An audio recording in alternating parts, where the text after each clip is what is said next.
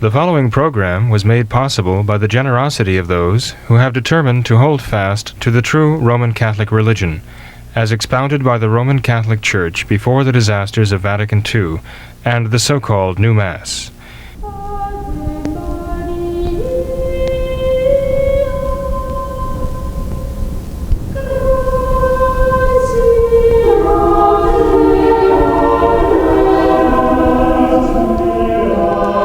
Welcome to What Catholics Believe. Today I'd like to refer to some of the emails we've received. It's been quite a while since we've addressed the emails, and I apologize for that.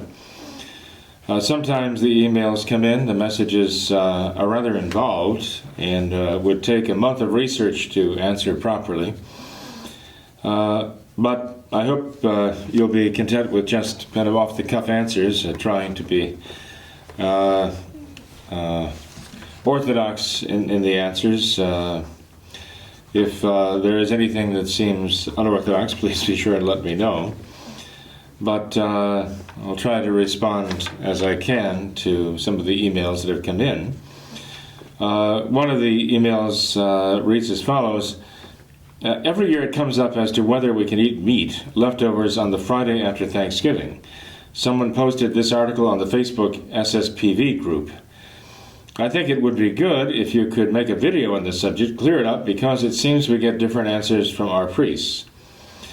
Well, actually, I haven't looked at this video.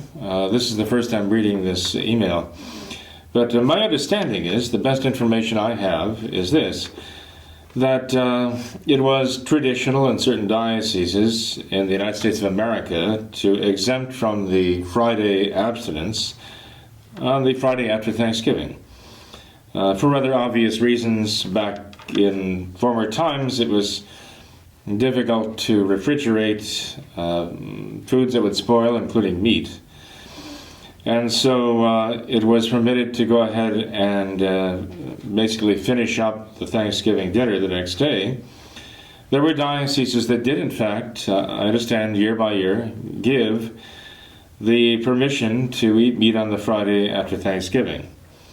And so what I have been telling people in any case is that if in their particular diocese in which they live, traditionally it was acceptable, permission was given legitimately by the ordinary, the Episcopal ordinary of the diocese, to be exempt from the abstinence on the Friday after Thanksgiving, that they could legitimately do so. Having said that, though, I would encourage them to observe the abstinence anyway. If there's ever a time when we needed penance in the world, it is now. And the little bit of penance that we're asked to do amounts to basically a mere inconvenience. So there are always means of preserving nowadays the leftovers of Thanksgiving until Saturday. And so why not simply offer it up and go ahead and abstain from meat on the Friday after Thanksgiving, even if it would be legitimate to eat the meat anyway, according to the traditional practice before Vatican II came in. People talk about how bad the times are and how serious the dangers are that are threatening us, and yet when it comes to looking for any excuse to avoid a penance of any kind, people seem to be all on board with that. And I think it's a mistake to be too ready to simply depart from the Church's traditional practices, even if there are precedents for it in your diocese. So if you're at a diocese that would customarily exempt from the abstinence on the Friday after Thanksgiving, then I think you have certainly just reason for going ahead and eating the meat on the Friday after Thanksgiving. But I personally would say it would be very commendable for you to offer that little sacrifice up and continue to abstain on that Friday, even the Friday after Thanksgiving. Now, here is Here is another email that came in November 22nd, actually. Hello, my name is, I'm not going to mention names of writers here. I live in Penzance, Cornwall, England. I wanted to say thank you for your catechism lessons on YouTube. Great idea. I hope you will be making more YouTube videos using other Catholic books, and especially the Holy Sacrifice of the Mass, dogmatically, liturgically, and ascetically explained by Nicholas Gear. Certainly it'd be a worthwhile thing to go through the chapters of Father Gear's book on the Holy Sacrifice, and so it's a very good suggestion. I take the sedevacantist position and have done so since 2010. I will be using their lessons to help people learn the true faith. I presume it's a typo here. I will be using these lessons to help people learn the true faith. Well, I appreciate that very much. Having a writer contact us all the way from Cornwall, England, it's very nice to hear from you. And I appreciate the word of encouragement. It takes quite a bit of time to make the videos on the Catechism. Obviously, much more time could be devoted in preparation. You can tell from the rather off-the-cuff discussions that take place during those videos that they do not involve an enormous amount of preparation and research. And I thank you for your patience with that. But it is not only my time, but it's the time of our production people who are very, very patient. Recording, it seems to be all hours of the day, and especially the night, and getting them on the internet practically overnight. And I thank them very much for their kindness and their diligence in this regard. So I'll pass your thanks on to them. And I'll be looking for my copy of Nicholas Gear on the Mass, and I'll take you up on that suggestion at some time in the future. Now here's a message that came in November 3rd. I just watched again your video about the election. This second viewing after the election. Well, I must say you are truly a stalwart individual to watch that a second time. Actually, it turned out, I think there were 4 videos, a couple of them somewhat lengthy, about the election. And if you actually managed to watch the whole thing, the first one, all the way through, then you are truly intrepid. And if you watched it a second time, then I must say you're truly penitential, and I thank you for that. I think the evil of Satanism has been advancing in USA for many decades. I think there is a very strong Jewish, Talmudic, Kabbalistic, Judeo-Freemasonry connection to this destruction of the people in the country. Excuse me.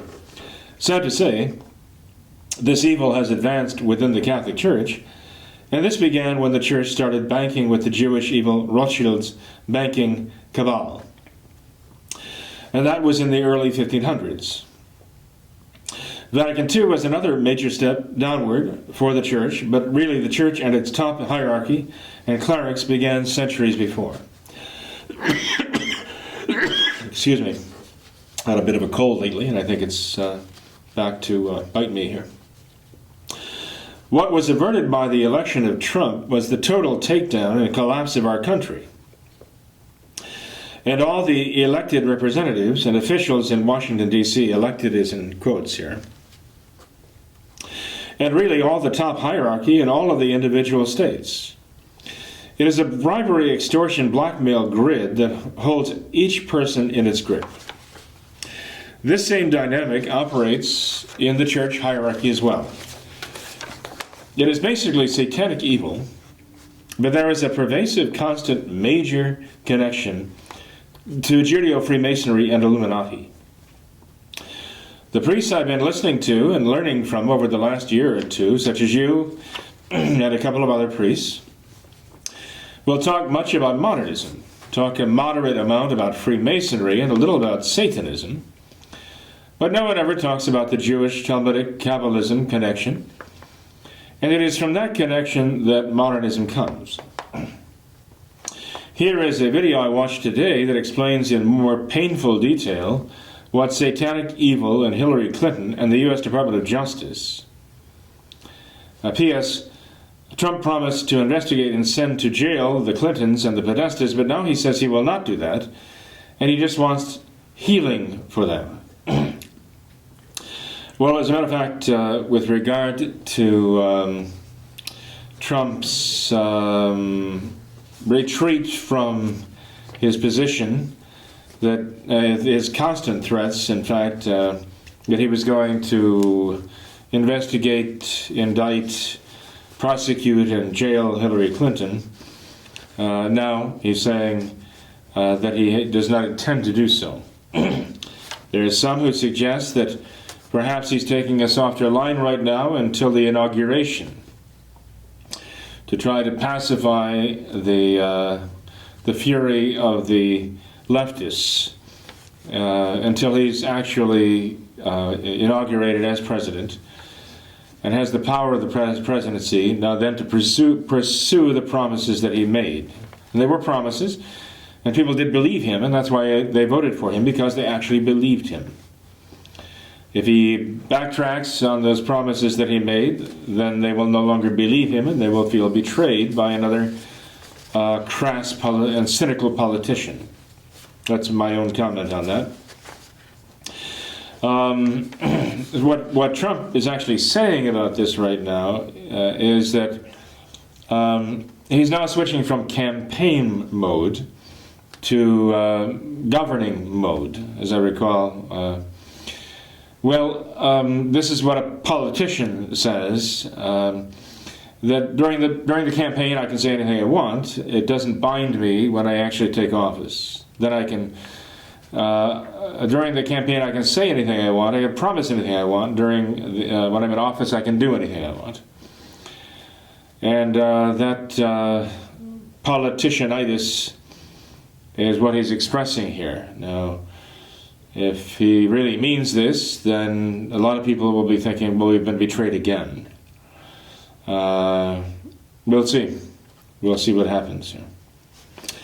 There are people who would like to prosecute Hillary Clinton out of, a certain resentfulness and even a certain vengefulness. There are many who want her prosecuted because they believe she's guilty of crimes, and it cannot be allowed to pass that a person in office can do the things that she did with impunity. That they feel it's absolutely necessary, a matter of justice, and things will not be right with the country as long as she or anyone else can get away with these things. These criminal activities, they see. But in any case, with regard to the body of your text here, yes, that's definitely the Judeo-Freemasonic connection, and that is definitely behind this. There's no doubt about it. This has been going on for hundreds of years. There are those who trace them back to the Socinians, the Socinian Society, which rejected the Blessed Trinity, even back during the Middle Ages. The Kabbalah has definitely been very much at the root of this whole effort. In fact, we find the Gnostic Kabbalah very much in evidence these days. Some of our celebrities have embraced it. The Kabbalah has embraced them. It seems to fit in very well with their very selfish, self-centered worldview. In fact, Scientology fits right in with that, doesn't it? Maybe as a competitor rather than in opposition. Although there's a great deal of political opposition to Scientology, it might not be because there's opposition to the message of Scientology so much as there is a power struggle there, or a seeming perception of a threat. But in any case, all of this goes back to the Gnostic idea that the human race is God, but especially the Jewish people, the chosen, who are the chosen people of God, have a special place. Now, of course, when Hitler talks about the Aryan race as being the master race, this is absolutely horrific and to be condemned absolutely. But nonetheless, if you read the Zohar and you the book of light of the Kabbalah, and you study the Kabbalah, there's no doubt that there is a master race that thinks it is destined to rule the world. This should not be a surprise to anyone. It was the issue when our Lord was in the world. Why were the Romans so sensitive to our Lord gathering a following and being called rabbi and master, lawgiver? Because their power had been challenged by so-called saviors who were supposed to lead the the Jewish people out of their captivity, not only out of Egypt, as it happened 1400 years before our Lord came into the world, but now out of Roman domination, and lead them, in fact, into a position of domination of the world. There were sects of Jews that believed that then, and there are certainly sects of Jews who believe that now, that their Savior, their Messiah, is going to come into the world and lead them to actual world domination. We shouldn't be surprised to find the same mentality in the Muslims, that they believe their Mahdi is going to do that for them. And it's a pretty continual theme throughout history of embracing some kind of warlord, belief in a coming warlord who is going to subjugate all the other peoples of the world and elevate your people to their rightful place as the masters of the world. Well, this is a very, very vital part of the Kabbalistic Judaism. And Judeo-Freemasonry is the embodiment of that. Curiously enough, Rothschild, the banking cabal, as you write here, it's pronounced Rothschild, unfortunately, in English, but Rothschild, the Red Shield, is the family name, actually. And yes, they've been at it for a long, long, long time, and extending the tentacles of their economic control deeper and deeper into society. There was a great deal of controversy, about the Federal Reserve, having the Federal Reserve System in the United States of America. Curiously enough, the Federal Reserve was brought in to play about the same time, roughly the same time, as the country was rejecting membership in the League of Nations. The Federal Reserve was brought into power in our country, a central bank governed by individuals who seek actually their own profit, their own welfare, and their own agenda, to which the Treasury of the United States and all of the people of the United States are subject, actually, financially subject. We have to go hand in hand to borrow money from them. This is how they take their control.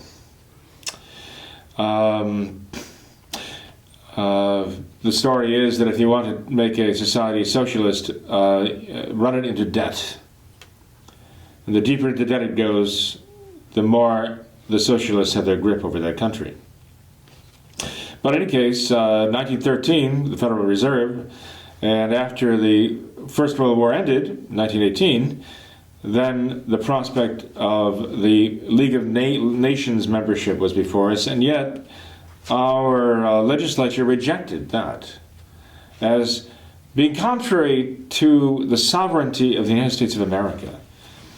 But just a few years before, as I say, just before World War I, they approved surrendering our financial system to the Federal Reserve, central bank. So with that, our country was very much betrayed into a kind of financial slavery.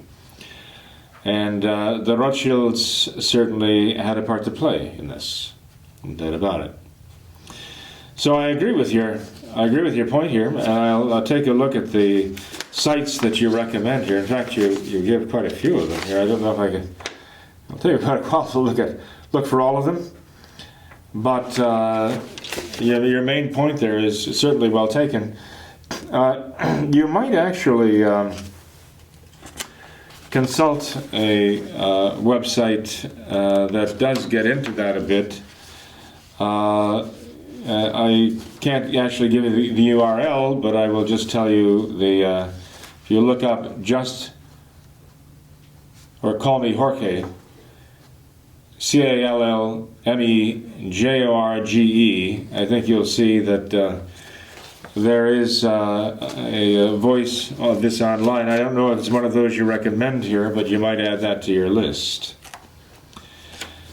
Here's a message concerning Francis. Could you please compose a video and response to the latest Rorate Caeli website post where Francis talks and answers questions about traditional Catholics and the reform of the Reform? The link to the article is, and then we're given the Rorate Caeli .blogspot.com website, and the particular article that he's talking about is mentioned here. Also, attached to this is a page of the book by Papa Francesco. It says here, Nei tuoi occhi e la mia parola, excuse me. The Homilies and Discourses of Buenos Aires, 1999 to 2013. I'm having a little hard time reading this because I can't see it very well, but it's in Italian. Con una conversazione con Antonio Spadaro. So anyway, that's interesting. I guess that is referenced on the Rorate Caeli website. And let's see, what do we have here? Together with this request, we have in interview, Pope Francis questions traditional Catholics and their motives. He ends the reform of the Reform for good. The excerpt is translated by Rorate from the interview published in the past few days in Italy.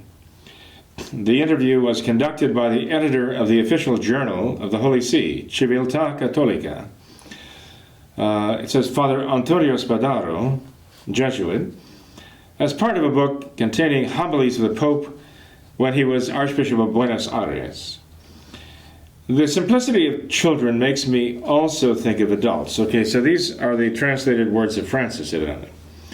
The simplicity of children makes me also think of adults.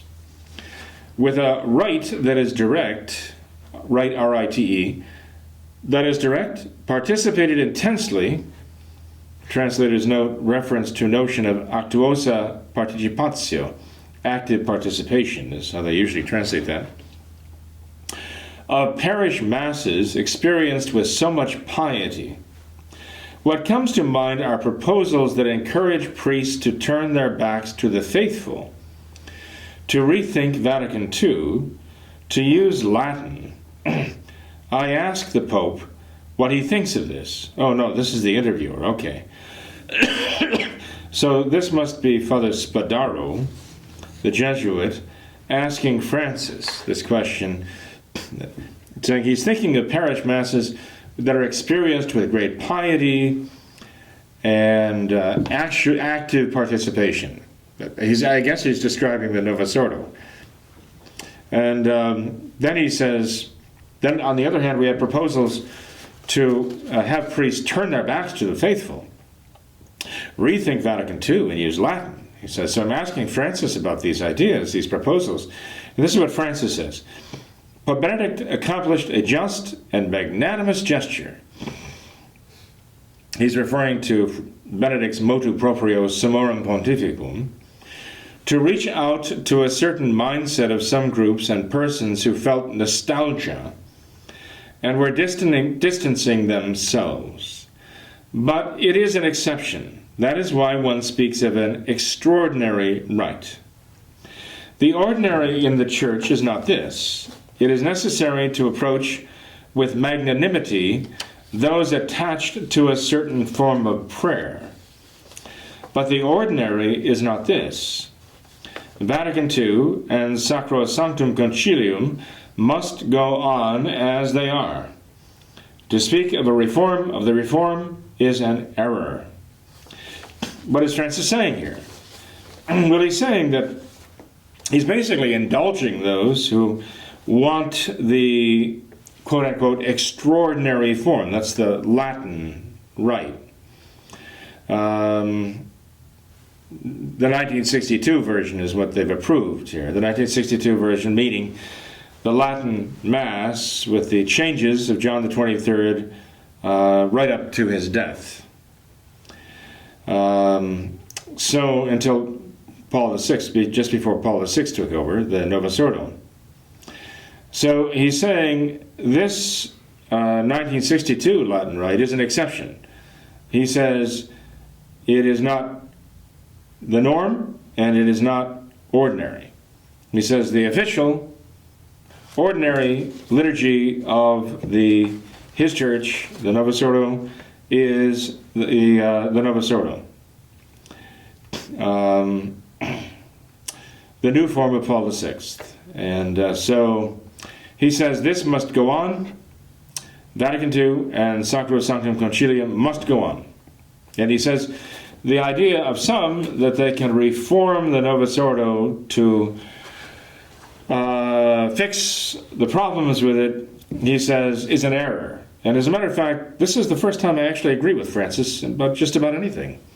I agree with him. The reform of a reform is error. I mean, it would be like saying, let's fix the Anglican Common Book of Common Prayer to make it Catholic. Or let's fix the Anglican liturgy to make it Catholic. Well, if you want a Catholic rite, why don't you just take the Catholic rite, the traditional Mass? Why are we reforming a reform that we recognize is so defective, so deficient, that it needs to be reformed? Why pick a Novus Ordo rite that is so deformed that it has to be reformed? If you want traditional Catholicism, real Catholicism, go back to the traditional Mass and the traditional Catechism, and so on. The idea of a reform of the reform is absurd. It doesn't make any sense. I agree with Francis, but obviously not for the same reasons. Then Spadaro says, I ask him, other than those who are sincere and ask for this possibility out of habit or devotion, can this desire express something else? Are there dangers? So Reverend Spadaro asks Francis, are there dangers in wanting to hold to the traditional Mass? And this is what Francis says. I ask myself about this. For example, I always try to understand what is behind those individuals who are too young to have lived the pre-conciliar liturgy and who want it nonetheless. I have at times found myself in front of people who are too rigid, an attitude of rigidity. And I ask myself, how come so much rigidity? You dig, this rigidity always hides something. Insecurity. At times, perhaps, something else. The rigidity is defensive. True love is not rigid. Okay. So you see, Francis basically wants to psychoanalyze people, okay? The man who always talks about mercy and forgiveness and is willing just to overlook so many evils, especially impure evils. When it comes to the traditional Mass, he is very unforgiving about that, very suspicious of anyone who wants it, is willing to read into their minds and souls a lack of charity because they're so rigid, they can't be charitable, can't really be charity, there's something wrong with them. He says, you dig. Who's digging? Francis is digging. He's digging and digging and digging and trying to figure out what's wrong with these people who want the traditional Mass because it is so rigid, okay? Now, if there's anything about Francis, he is definitely not rigid, okay?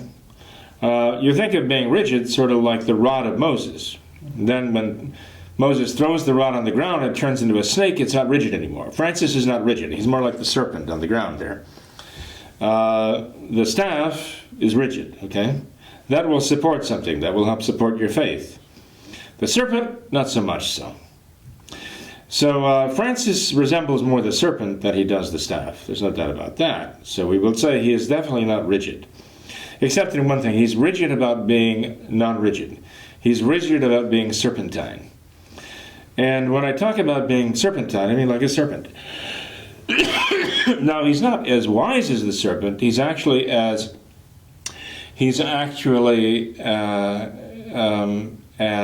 devious as the serpent. Why am I saying this? Well, 4 of his cardinals have written to him asking for him to clarify his meaning with his Amoris Laetitia, the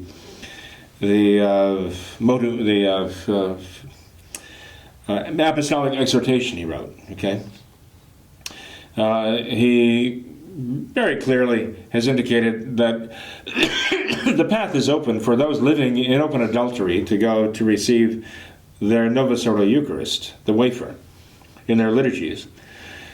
And so these cardinals have resisted this.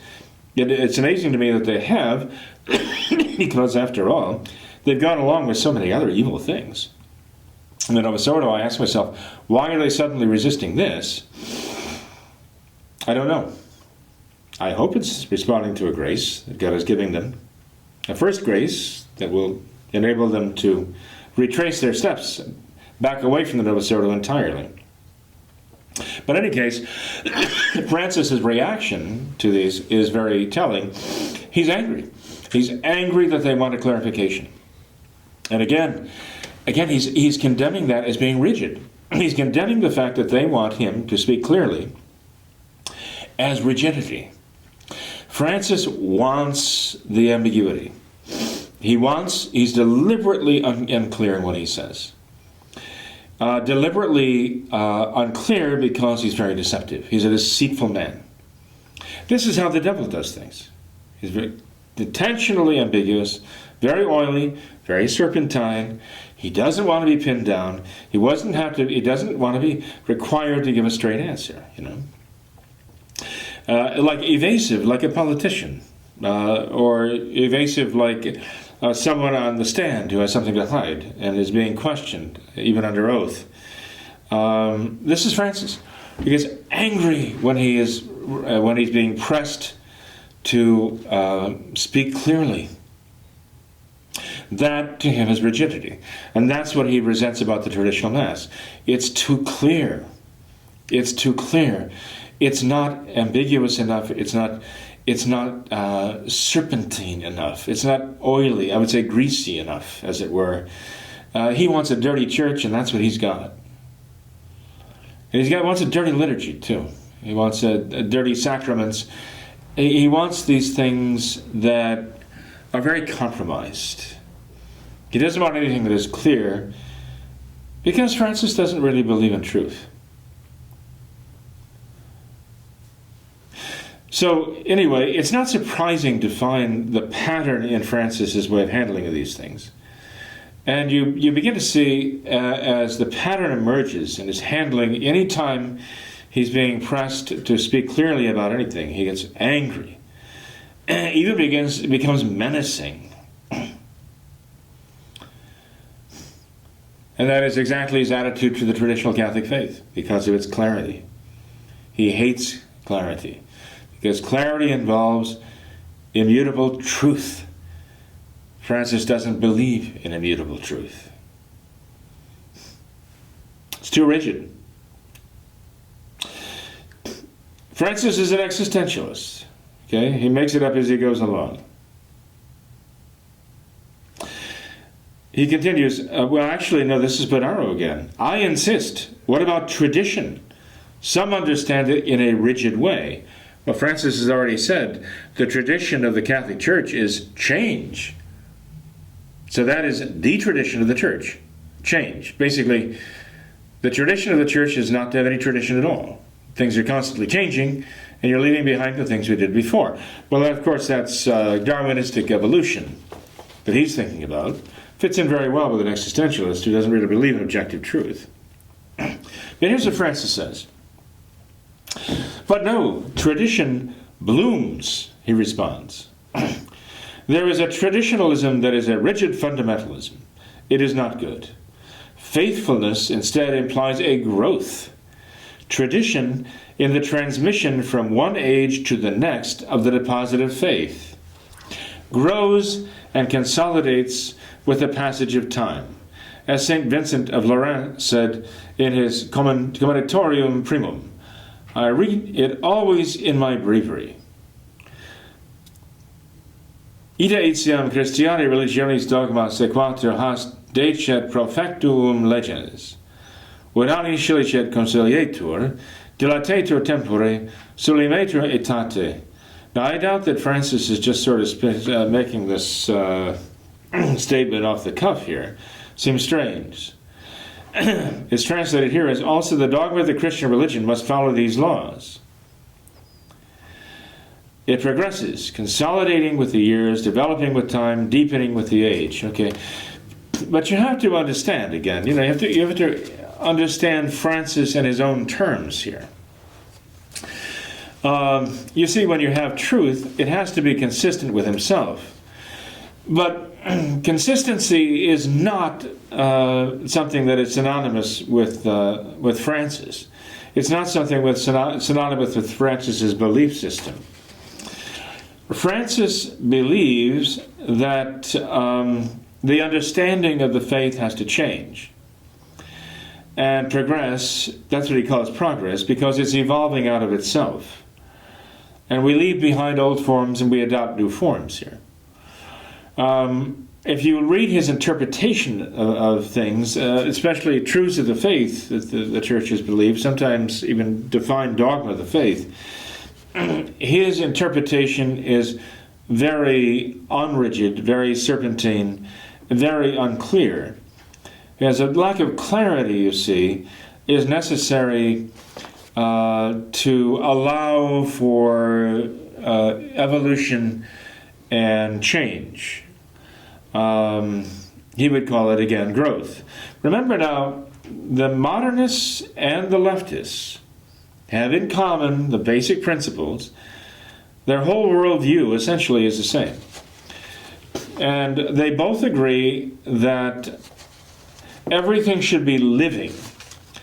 The church, her faith, must be living. By that, the modernists mean that it must be constantly evolving and changing.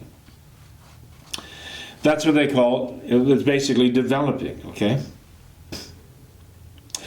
And for the leftists, the Constitution of the United States of America must be a living document. That means they can change it. It must be constantly evolving and changing according, both of them, the modernists and the leftists, to fit the modern view of reality. This is how faith and this is how law must change to fit the modern view of what reality is or should be. And so in the evolutionist point of view, this is classical Darwinism and neo-Darwinism, species basically die out, but they tend to mutate into other species. And so it is with faith. Faith has to undergo these mutations as people's experience of God changes. And those who want to hold on to the old forms are rigid. And they will die. Their faith dies just like the old species die out because they can't adapt to the circumstances of the modern times, of the environment as it is now. And so Francis definitely is a modernist. Excuse me, he definitely adheres to these ideas. He's definitely a leftist in politics. So he certainly has this concept of evolution and development and vitalism. And so you have to read what he says with that in mind. You have to interpret what he's saying, because he uses the same words, but he defines those words very differently than we do as traditional Catholics, than the traditional Catholic Church has defined them definitively. Francis gives all these terms new definitions straight out of the Modernist dictionary. Now, here's one. Dear Father, are we as traditional Catholics allowed or forbidden to consult the commentaries contained in the Tradito website? I've heard in the past that the fathers who respond to inquiries actually are not traditional Catholic priests. Please advise. Well, as a matter of fact, I understand that the clergymen who operate Tradito, the website Tradito, actually are not Catholic priests, that they were ordained schismatically. I've had no personal contact with them. And right now I couldn't, well, Father Morrison I know is one. I don't know who the other is. There's another clergyman who works with him. But I understand they were never ordained within the Catholic Church. So one has to read that with a grain of salt. Every now and then I am directed to an entry on the Tradito website. I found that there is a lot of good information on the Tradito website, and I think one could read it. When one asks, are we forbidden to or are we allowed to look at it, I'd say it's not in the index of forbidden websites, so I think you could legitimately look at it, and I think you could get some good information, but you have to be careful. If you see something on there that doesn't look quite right, you should talk to your real traditional priest and ask him to take a look at it for you. Dear Father Jenkins, tonight your video on our post-election situation just happened to pop up as I was looking for the news of the day. What a joy to hear someone speak the truth. I concur with all that you have said. Your analysis is right on. Thank you. We must pray I'll say you're welcome, certainly, and I'm glad you agree. And any time you don't agree, I'd like to know what the disagreement is, and we'll discuss that too, but I appreciate your words of encouragement. We must pray the rosary so very continuously for the Trump-Pence team as well as for our country. We must also pray that the full third secret of Fatima be released, finally, and that the collegial public consecration of Russia by name, as Our Lady has requested, be accomplished. Nothing is really going to change until Our Lady is obeyed. I have the sense that President Trump's election may have bought us some time, but the real problem in the world is that the salt has lost its saltiness due to the loss of the traditional Catholic faith and the errors of Vatican II. The Catholic Church has now not only collapsed into the cultural Marxism of our times, but in many respects under Francis is leading the way. Thank you for having the courage to speak the truth. Immaculate Heart of Mary, be our way back to your divine Son. Well, we certainly ask Our Lady indeed to hold us very close to her Immaculate Heart there, and to keep us close to her divine Son, no doubt about it. I agree totally, we have to pray the rosary. Actually, there are those who seem to have relaxed now that Hillary was not elected. God forbid that she should be named as president by the Electoral College because of the pressures being brought to bear on them. At the moment, I don't expect it, but I think the leftists have have a kind of a bottomless bag of tricks. So who knows what they have up their sleeves to still get their way in all of this. Donald Trump and Michael Pence have not been inaugurated yet. So there's many a slip between cup and lip, as they say, especially when the leftists are pouring the libation for you, the hemlock for you to drink. But in any case, you mentioned the third secret of Fatima. I agree. The third secret of Fatima has not been revealed. That's a fraud that we've been given by the modernists. But asking for the collegial public consecration of Russia by name, well, I would agree with that, but for the fact that I see the problem We have Francis, who is the Pope of the Novus Ordo. He's the Pope of a new order. There are those who object and say that how can one be the Pope of a new order religion and Pope of the Catholic Church at the same time? How can one represent Belial? You mentioned leading the way of the Marxist cultural revolution. And I agree. The Novus Ordo was leading the way. How can one be leading the way there and be the vicar of Christ on earth? Serious questions. There are those who don't want those questions asked. There are those who would anathematize even those who ask those questions. But they're very foolish.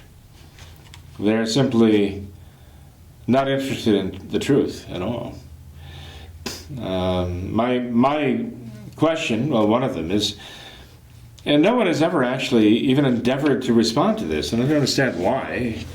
But anyway, I've asked the question, how can someone like Francis, who doesn't even believe in the papacy, he doesn't even believe in the papacy. What he believes about the papacy is not the Roman Catholic papacy. So not only does he not believe in the existence of the papacy as the Catholic Church has dogmatically defined it, Francis has a contrary understanding of the papacy. How can a man like that formally accept the office, with a formal acceptance necessary to actually become the Pope? Not only does he not believe in it, he rejects the Catholic idea of the papacy. He's not accepting that. And he's accepting, he's adopting, he's actually embracing a concept of the papacy that the Church finds abhorrent to her faith, contrary to faith. So how can a man like Francis, or anyone, who has such a concept of the papacy contrary to the Catholic teaching, actually make the formal acceptance necessary to become the Pope? I don't know. When I ask the question, nobody seems to be even interested in addressing it. I guess it doesn't bother them, and I guess it doesn't bother them that it bothers me. But I think it's a serious question. I just don't see how it's possible myself. But I don't think it's bad to pose the question. I can say it's necessary to pose these questions today. But when you say that not only, you have to have a pope, but you also have to have the College of Cardinals and the bishops as a body joining him in consecrating Russia to the Immaculate Heart of Mary to fulfill Our Lady's request in 1929, when Lucia actually voiced this to Pius XI. And where are you going to find these people? The modern bishops? Do you really think? Obviously, it'd be a tremendous stroke of grace.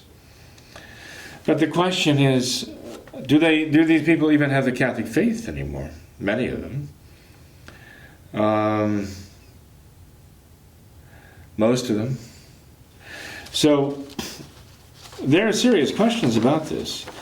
After Pope Pius XII consecrated the world to Mary's Immaculate Heart in 1942, October, and repeated the consecration on December 8th, the Feast of the Immaculate Conception in 1942, Lucia commented that it was not the consecration that Our Lady had asked for, but God was pleased with it.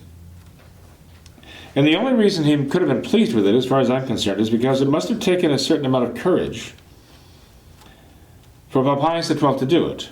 Because obviously there was some horrendous opposition to this consecration being done. If there weren't opposition to it, and a very hellish opposition to it, Pius XI certainly would have done it. If Pope Pius XI didn't do it in 1929, or any time before his death, it was because he couldn't do it. There's no doubt in my mind, Pius XI couldn't do it for some reason. I don't know what it was. I presume it was because of the modernists in the episcopacy who were resolutely opposing this collegial consecration.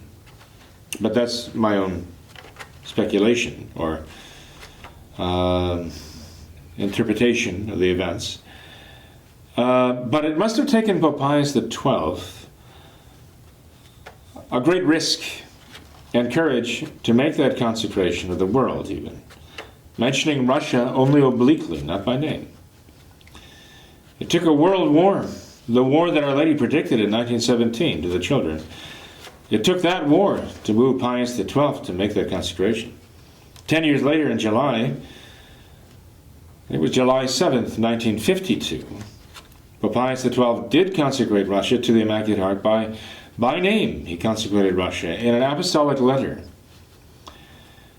But actually takes up 6 or 7 pages of Latin in the Acta Apostolicae Sedis of that year. And Pope Pius XII makes a very, very clear consecration of Russia and all the peoples of Russia in a most special way to the Immaculate Heart of Mary, for the sake of obtaining peace in the world. But again, this was not done with the bishops of the world. Not explicitly, anyway. You might say that what the Pope does, of course he's doing it with the implicit involvement of all the bishops of the world, but there was not the explicit voice of all the bishops joining with Pope Pius XII in this consecration in 1952. It's interesting to note, though, that after these two consecrations of the world in 42 and of Russia in 52, Lucia spoke out and said that now what is required is that every one of us consecrate ourselves to Mary's Immaculate Heart. If you look at what Lucia actually said, Our Lady said at Fatima, though, you'll find this, that Our Lady said that the Holy Father would have to consecrate Russia to Our Lady's Immaculate Heart. Then she said the Holy Father would consecrate Russia to Our Lady's Immaculate Heart, but it would be late. She said Russia will be converted, she said, and there will be peace, a time of peace given to the world. So Our Lady did predict that Russia would be converted. There are those who actually foolishly say that Russia has already been converted. This, to me, is utter nonsense. I can't see the evidence of that at all. So, but Mary, the Blessed Mother, did predict that Russia would be converted. And so I agree with your bottom line here, the premise that until that happens, Russia is still fomenting error and destruction throughout the world. We have to pray for this, heaven knows. Now here's another note, and I'll probably have to end with this, I'm sorry. You may not be sorry, but I'm sorry. Dear Father Jenkins, I appreciate your commentary about the election. It was very educational, too. The most important part of all your messages is when you ask us to pray. That is where our power is. Power not as the world gives it. What makes me so sad is that I do not see the Clintons and the top Democrats being convicted of crime and spending the rest of their lives in prison, as they all should. The kinds of wrongdoing they perpetrated to the maximum has been standard operating procedure for both party operatives for about 75 years. We have been involved in multiple unjust wars and multiple false flag terrorist events, and they all just go along with the official stories. The international bankers are the neocons, and they control the USA and most of the countries of the world that we are busy slaughtering at the present time. The bankers are the instigators of all the color revolutions and unjust wars and the mass murder of our soldiers and the innocent civilians in other countries. We are about to have a severe depression and dollar collapse in the USA as well as worldwide. That is the perfect environment for the bankers and those they own to take over complete world domination and give the world and the population left in it after their despotism a one-world death and slavery system for all. We should not look upon Donald Trump as our hope and our savior. Yes, he is what we have, and we should pray for him, as you say. The economic collapse is going to happen anyway, and very soon, no matter if Trump performs wisely and well. Now is the time for Catholics to be not conformed to this world system. We should pray, deny ourselves, take up our cross, and follow him. We are, and she doesn't mean follow Trump, she says follow him with a capital H, follow our Lord. We are in for some extremely hard times, and many more innocent people will die. God bless you in the name of the one who is truth. And so it is. So I agree. I agree completely with this dear lady. And I expressed to her also my concern. Something I started mentioning a minute ago is that it seems that after Trump got the number of electoral votes, the electoral college hasn't voted yet, actually. So in a sense, Trump hasn't even been, quote unquote, elected yet by the members of the electoral college, let alone inaugurated. So people seem to be relaxing now a bit and thinking, oh, we dodged the bullet. I think it was Dinesh D'Souza said we dodged the bullet. That bullet is still ricocheting around everywhere. We've got to keep dodging that bullet. But the problem is this.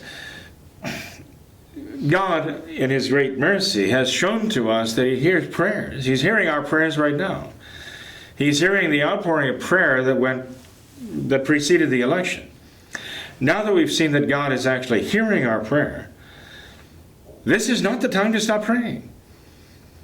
This should convince us God is actually hearing our prayer. Our prayer is acceptable to Him. That should make us redouble our prayers. That should encourage us to pray more, not less. If we misread this and we start slacking off in our prayers because we've seen that God is indeed listening to our prayers, as if He ever doesn't listen, He does. Sometimes it's manifested to us that He's listening, and listening very attentively. If we gather from that now's the time to stop praying, we're doomed. We're doomed. We'll mess it all up again, and it will be worse. Then the devil will return with 7 devils worse than himself and move right in and take right over. We can't let that happen. You've got to pray. I agree with you totally. You have to pray and pray and pray. And I don't say only pray more, I say pray more intensely. Pray more attentively. If we just offered the same prayers, but we offered them with greater devotion, greater attentiveness, because that is prayer, right? To turn your mind and your heart to God, turn your attention, your thoughts to God, and your affection to God. If we gave God more of our attention, not just sharing it and being distracted, but praying more attentively, and devoutly, how much more we could accomplish in cooperating with God's will and appealing to God's power. This is what we need to do. Well, perhaps at least one more. I'm sorry if I'm keeping you, but you can always tune in again to resume. You made a great video on the results of the election and covered a few points that all too many people are not aware of, and specifically the Electoral College votes that will be coming up on December 19th, and what the Marxist anarchists are trying to pull off. A Christian patriot friend first brought this up last week and is in panic mode over the very possibility that you mentioned, that of sabotaging the electors and pushing the votes to Hillary Clinton. So to coin a phrase, it ain't over till it's over. One question I would love answered is, what is your opinion on Vladimir Putin? Do you and all your up-to-date observations, well, I'm not sure about that, feel he is someone to be trusted in view of his past KGB background?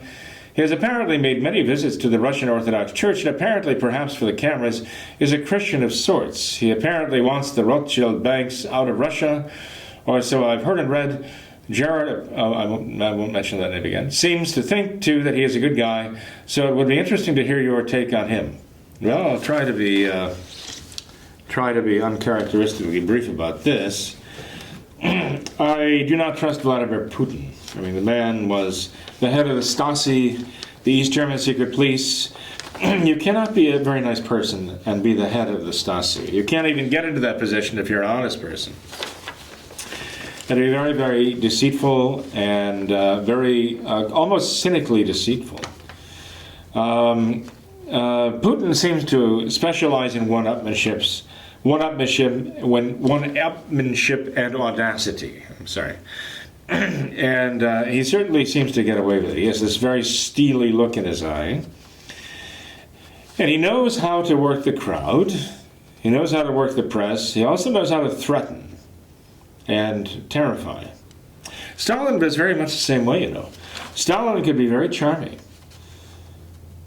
But it's a very lethal charm. I feel that Putin is the same way. Does he set foot in the Russian Orthodox Church? Sure. Does he control it? Yes. Is the patriarch in his pocket? Oh, yes. Remember,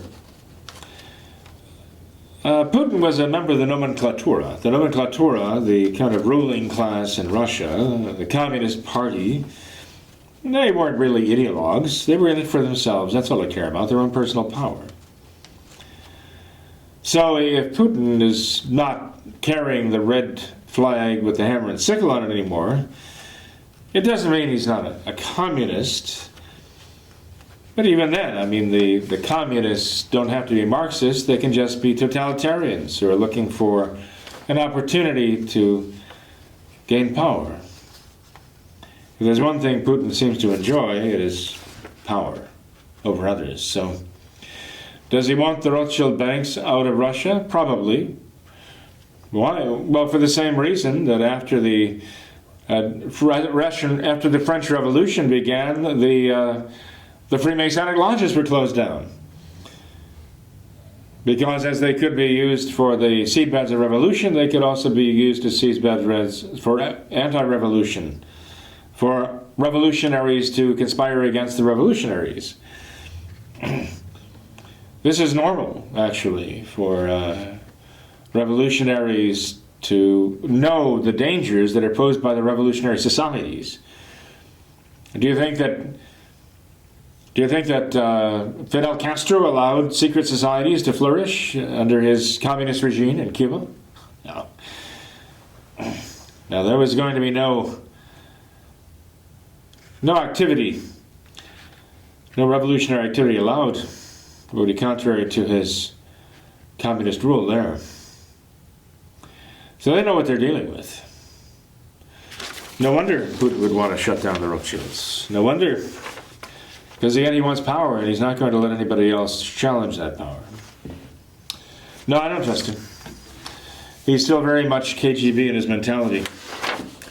So, no, Russia has not been converted.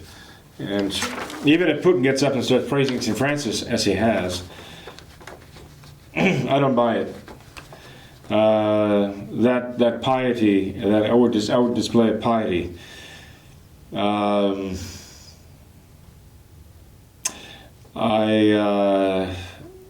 think it is basically a tactic, just a tactic. So they say beware of Greeks bearing gifts. I would definitely say beware of the smile of a former communist secret police enforcer, strongman. And he's smiling at you. Might be licking his lips.